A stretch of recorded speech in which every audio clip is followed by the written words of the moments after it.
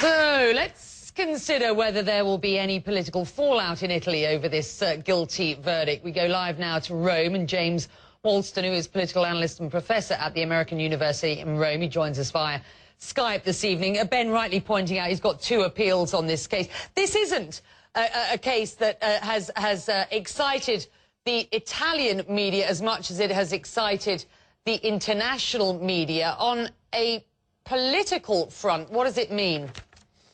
In the immediate future, it means absolutely nothing.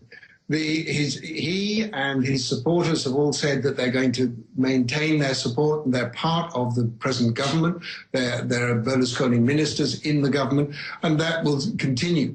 But as you've already pointed out, the other case, the tax fraud case, which will come to final judgment, the Supreme Court will declare on that sometime towards the end of the year. And if they confirm the verdict, then he will be 4 years barred from public office, as well as 5 years in jail. He's almost certainly not going to go to jail because of his age.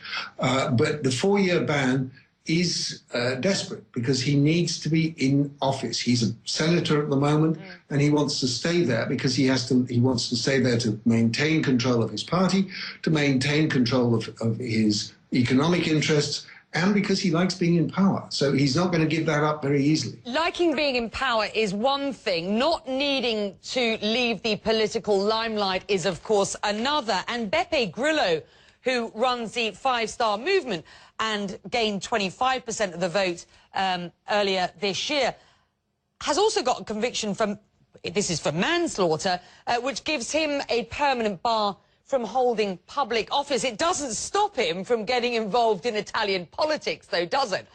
No.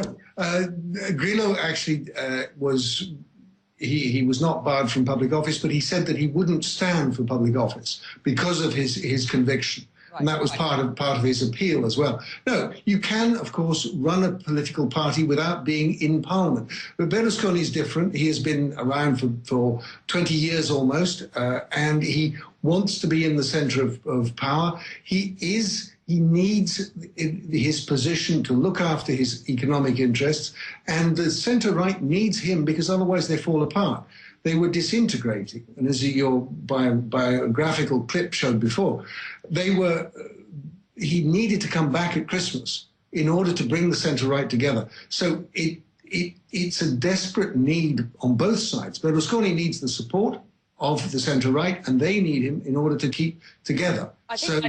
Let me just stop you there and just briefly sort of add that we need to point out that he did well, in fact, very well, didn't he, in the elections earlier this year. Is the party getting stronger by the day? I mean, people had written him off when, in 2011, he was forced out of prime ministerial office and Mario Monti took over, and the guy bounces back and gets some 30% of the vote.